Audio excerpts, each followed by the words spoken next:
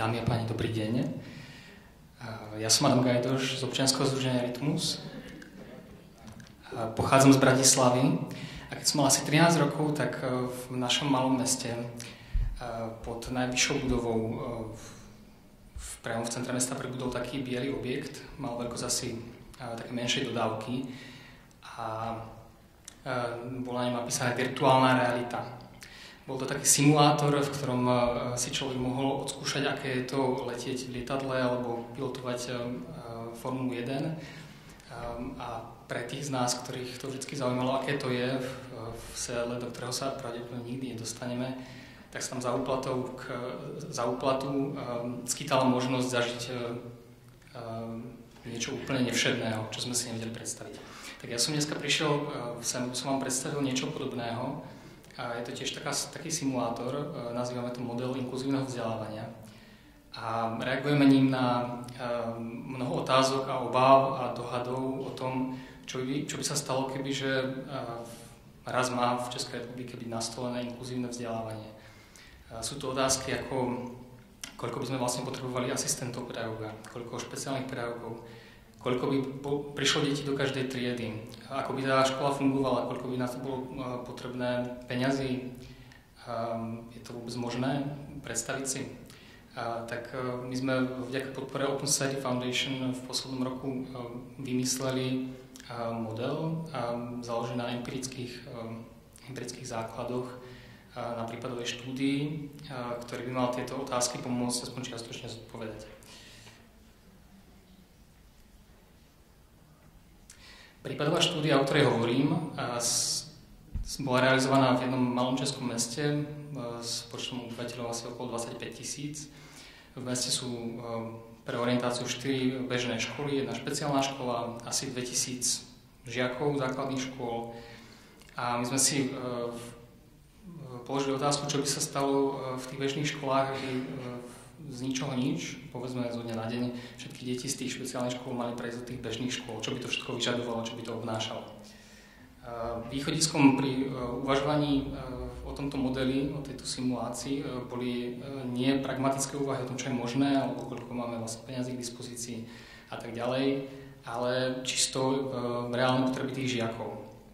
Tieto sme zisťovali na základe údajov, ktoré nám poskytli špeciálne pedagogické centrá, teda ľudia, ktorí s tými deťmi pracujú. Predpokladali sme, že majú dostatočnú vedomosť o tom, čo tie deti skutočne potrebujú, teda nie len o ich diagnózach, ale o ich individuálnych potrebách.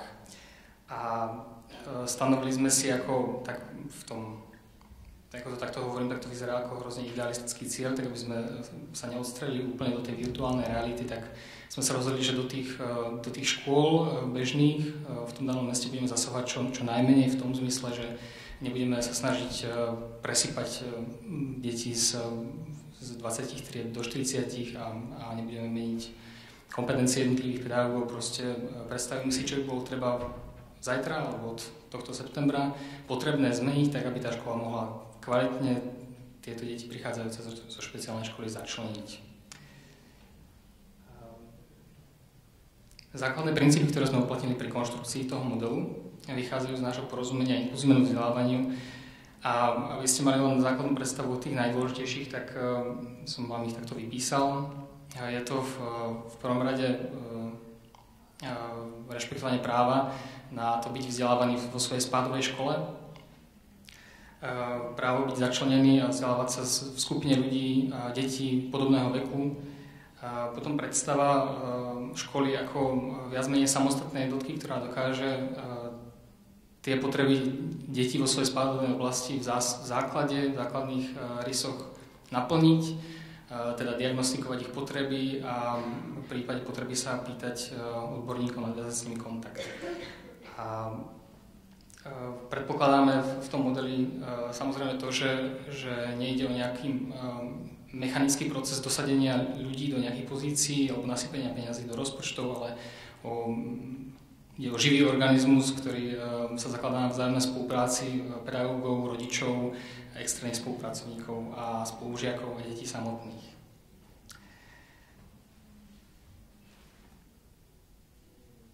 Teraz myslím, nasleduje taká malá vizualizácia, aby ste si to vedeli predstaviť, ako to asi vyzerá. My do toho simulátoru dneska nepôjdeme, lebo nie je dosť času, ale aby ste mali takú ochutnávku toho, čo potom neskôr nájdete na webe, tak vám ukážem toto. Tak to bude vyzerať stránka, ktorá o výsledkoch toho projektu detailne poreferuje. Bude sa nazývať Co by bylo kdyby, teda čo by sa stalo, kebyže sa to naplní. Vidíte na tom obrázku mapu mesta, 5 farebných kvádrov, každý z nich predstavuje jednu základnú školu. Žltá škola je škola špeciálna a pri každej z nich sú údaje o počte detí, o jej celkom rozpočte. A tento model je možné lusknutím prsta, respektíve jedným klikom myši, zmeniť na inkluzívne mesto. Takto. Vyzerá to samozrejme veľmi simplicistne. Nebol by som rád, aby to vyzeralo, že propagujeme nejakú zjednodušenú verziu reality. Ale pre ten pocit, čo sa vlastne v tom modeli deje, je dôležité uvedomiť si ten epochálny skok, ktorý ten model robí. To, vlastne, k čomu sme sa dosiahli pre tej debaty o tom, či je inkluzívne vzdelávanie vôbec realistické a dobré, alebo či sa na to niekedy v budúcnosti nájdú nejaké peniaze. Sme tieto otázky dali do zátvorky a predstavili sme si, čo by sa stalo, keby tá žltá škola vybledla, zmizla a tie deti by sa museli nejak začleniť do tých základných škôl. Tak. Ešte pre predstavu o tom, čo sa deje v tých základných školách.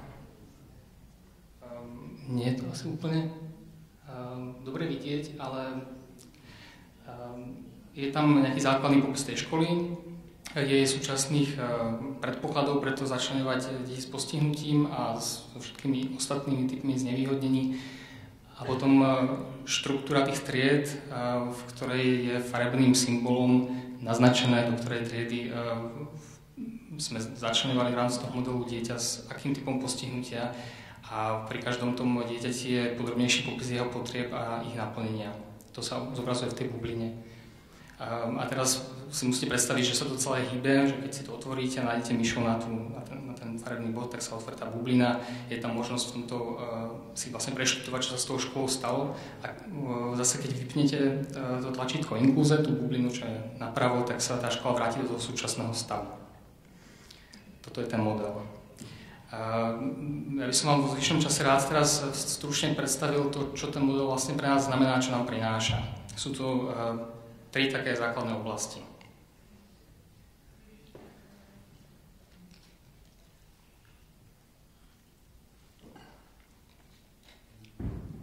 To, čo asi všetkých najviac zaujíma, sú peniaze. Tento model síce nie je excelovská tabuľka, ktorá vám vyhodí presné náklady na to, uplatnenie inkluzívnych princípov v celej Českej republike. Ani ho nemožno nejak plošne aplikovať na akékoľvek mesto. Samozrejme, tie lokálne podmienky sú všade odlišné, ale celkom dobre reprezentuje určité priemerné prostredie české, základnú predstavu o tom, koľko to vlastne obnáša a hlavne aké typy nákladov sú s tou transformáciou spojené, ten model obsahuje. My sme v rámci toho modelu zašli do určitej miery detailu, ktorú teraz vám zase naznačím takouto tabuľkou. Vychádzali sme z nejakých priemerných a očakávateľných nákladov na úväzky pedagógov, na jednotlivé pomôcky. Snažili sme sa v tom modeli vymenovať všetky možné rozmery a typy opatrení, ktoré tá zmena jednotlivým školám prinesie a vyčísliť ich.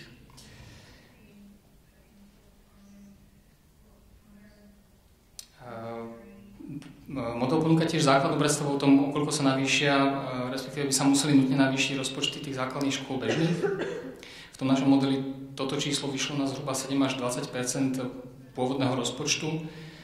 Znova môže sa to líšiť v oblastiach, kde deti so špeciálnymi vzdelávacími potrebami viac alebo menej. Ale na tomto konkrétnom príklade vidíme nielen to, koľko potrebujeme viac peňazí, ale aj jednotlivé zdroje, ktoré už v tom systéme sú.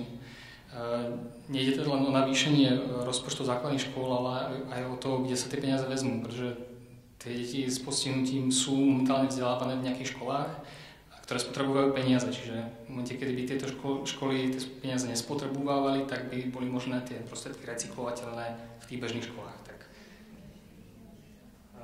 Ten prepočet vyzerá zhruba takto, sú to údaje v tisícoch. Nám vyšlo, že ten rozpočet v celom meste by sa zvýšil zhruba o 10%, pričom nejakých zhruba tretina tých nákladov už v tom systéme koluje. To znamená, že za predpokladu, že by tá špeciálna škola zanikla, respektíve by sa jej žiaci a jej služby rozprestreli do toho spádového prostredia tohto mesta, tak by zhruba z 1/3 už tie náklady boli pokryté. A zase hovoríme o tomto konkrétnom príklade, môže sa to z mesta na mesto líšiť. Druhá oblasť, v ktorej nám model ukazuje cestu, je vôbec uvažovanie o tom, ako ten proces zmeny naplánovať. Neponúkame harmonogram ani nejaký farplán toho, ako na to, ale odskúšali sme si, aké o tom uvažovať, aké všetky údaje potrebujeme na to, aby sme boli schopní to vymyslieť do podrobností, dotiahnuť. A zároveň to nie je znovu nejaká mechanistná úvaha o tom, koľko ľudí kam a koľko peňazí z akých zdrojov, ale za tým, čo možno tak v tom predošlom odseku vyzeralo z tých tabuliek, tak za tým je konkrétna predstava fungujúceho organizmu, ktorú tam podrobnejšie popisujeme, čiže nejakého fungujúceho systému vzájomnej spolupráce a podpory. A okrem toho veríme, že ten náš model ako jedna z prvých takýchto štúdií vôbec v Česku rozhodne prvá ponúka určitú predlohu, ktorá nasadzuje štandard v tom uvažovaní. Ako už som spomínal, nie je to založené na pragmatickom zvážení toho, čo je možné, ale odpichujeme sa od reálnych potrieb. V tomto myslím, že i výpočet tých nákladov nám prináša nový rozmer do tej diskusie. Posledná tretia oblasť spočíva v identifikácii jednotlivých zdrojov, ktoré v tom systéme existujú, tých rezerv a taktiež deficitov, ktoré je treba v systému riešiť. Prvý, ktorý som rád spomenul, je nerovnosť prístupu k financovaniu vzdelávania pre žiakov rôznych typov škôl. Pre orientáciu príklad, v kraji, kde sme toto skúmali, žiak so stredne ťažkým mentálnym postihnutím, ktorý navštevuje základnú bežnú školu, je dotovaný zo štátneho rozpočtu sumou 45 000 korún českých. Ten istý žiak, ktorý dochádza do špeciálnej školy, dostane 205 000 korún českých. Bavíme sa o tom nároku, ktorý ten žiak v tom systéme má. Samozrejme, pokiaľ je mu v bežnej škole priznaný asistent, tá čiastka stupňa asi na 190, stále je to menej. Akurát, že na toho asistenta nemá automatický nárok, takže ten systém vlastne v sebe obsahuje takúto štruktúrálnu nerovnosť a o tom, či je to diskriminácia, by sme sa asi mali baviť s kolegami právnikmi, ale rozhodne táto nerovnosť bráni tomu, aby inkluzívne vzdelávanie mohlo byť realitou. Ďalší výsledok toho nášho simulátoru je popísanie a upozornenie na to, že nejde to len o nedostatok peňazí a finančných zdrojov, ktoré buď sú alebo nie sú alokované zo štátneho rozpočtu, ale o mnoho dôležitejší je nedostatok kvalifikovaných pracovníkov v tom systéme. Zase v tom našom modeli zhruba tá potreba základných škôl bola naplnená zhruba na polovicu. Ak sme sa pokúsili recyklovať tých pracovníkov, ktorí pracujú v špeciálnych školách a umiestniť do tých bežných škôl, tak chýbala zhruba polovica tak špeciálnych pedagógov ako aj asistentov. Na vyriešenie tohto štruktúrálneho nedostatku nie je otázka roku ani dvoch, takže je to znovu na diskusiu, akým spôsobom tento predpoklad transformácie naplniť. A posledná taká optimistická poznámka, ktorá z toho nášho modelu vyplýva, je, že na základe našich poznatkov o tom, ako tie školy momentálne fungujú a aké majú predpoklady na to, aby začleňovali žiakov s postihnutím, vyplýva, že pri tej transformácii nezačíname od nuly.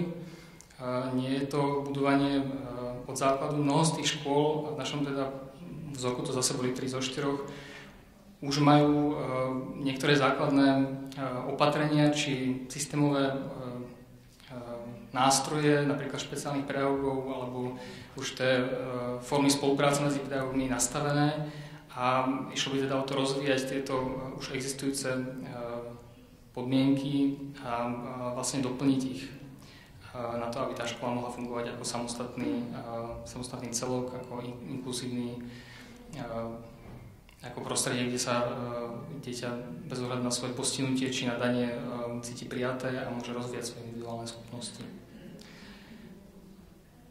To je všetko. Ďakujem vám za pozornosť. A nakoniec ešte takáto reklama. Tá stránka by mala byť hotová asi za 2 týždne, takže ak vás zaujíma viac detailov o tom, ako ten model vyzerá a čo sa v ňom všetko rieši, tak tu nech sa páči.